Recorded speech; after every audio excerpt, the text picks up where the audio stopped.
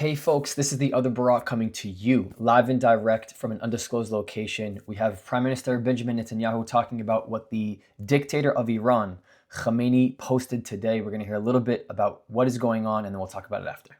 Today, the dictator of Iran, the Ayatollah Khamenei, posted this.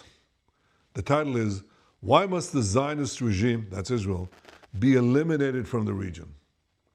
So here you have the ruler of Iran openly declaring, again, that his goal is to destroy the state of Israel.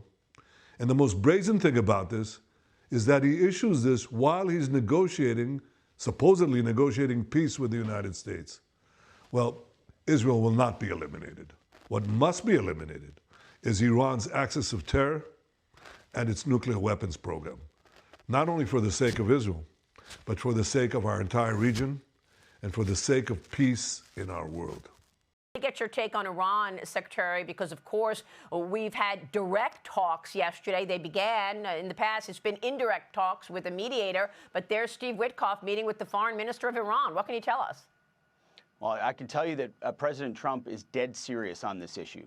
He's dead serious that Iran cannot have a nuclear weapon. He's said that for 20 years. He's been consistent. That is clear.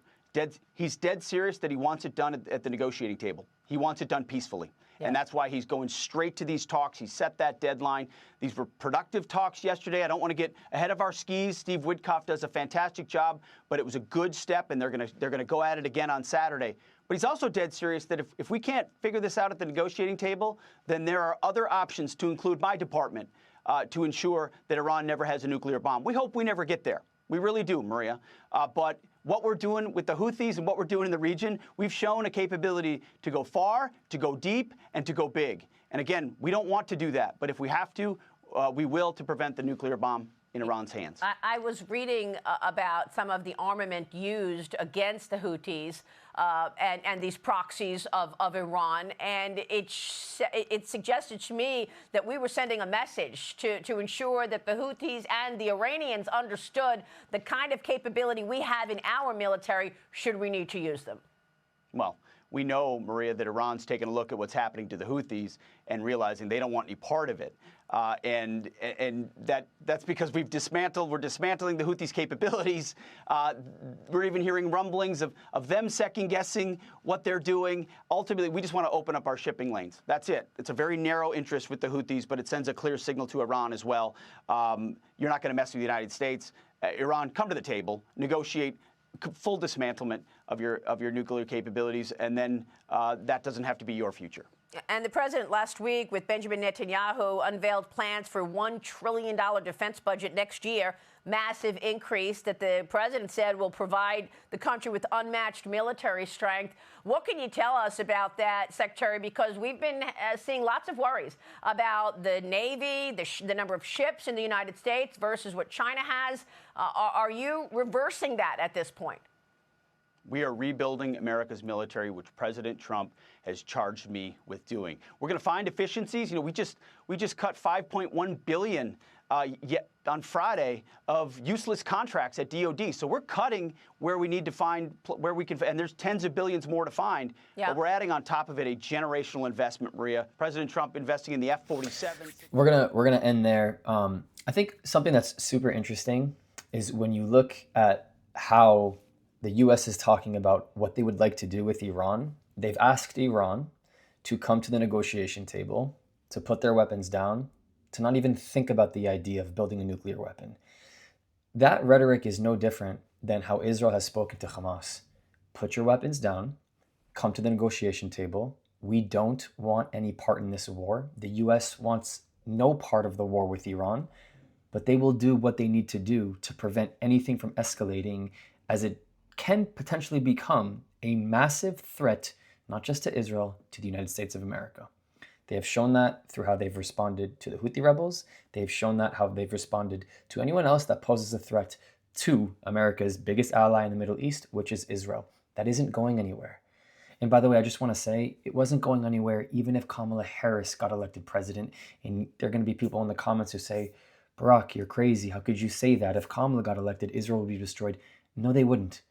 The United States needs Israel, regardless of Republican or Democrat, or man or woman, left or it doesn't matter. They need the United States. Does it mean that she would have done a good job of talking to a place like Iran? Yeah, probably not. Probably not the person I would put at the negotiation table.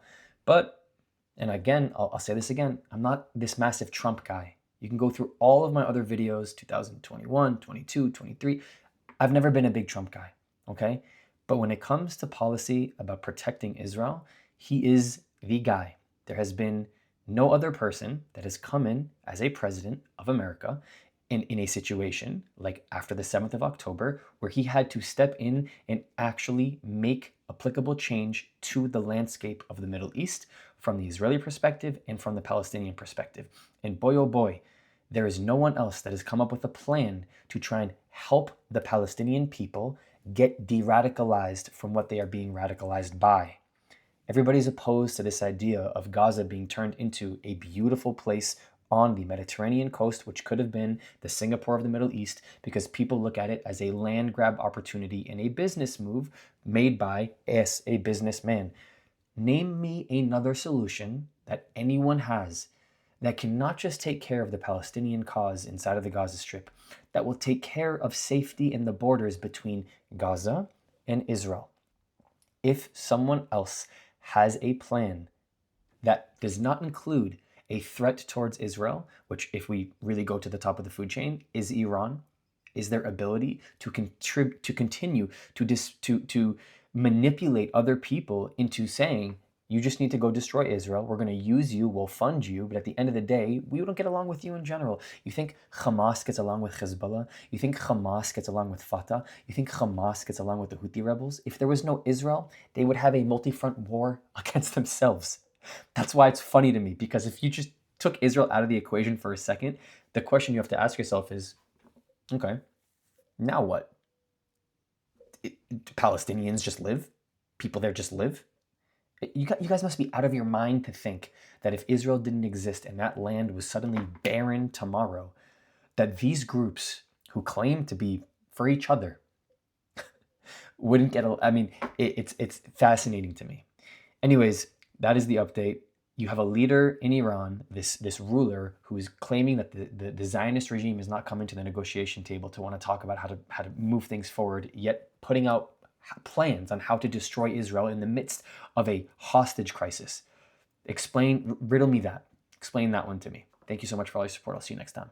If you want to continue the conversation, you can support my work for free. Discord does not cost a thing. It is the best way to connect with me and others who are seeking the truth. The link is in the description. But if you want to take it one step further, my Patreon gives you access to the Israel you don't see, uncovering the untold stories of what mainstream media does not show you. The link is in the description, and it helps me to continue this work. Or if you're just looking to help this thing go, PayPal is a really easy way to support me. This channel, this work does not happen without all of you. Thank you. I love you. I'll see you next time.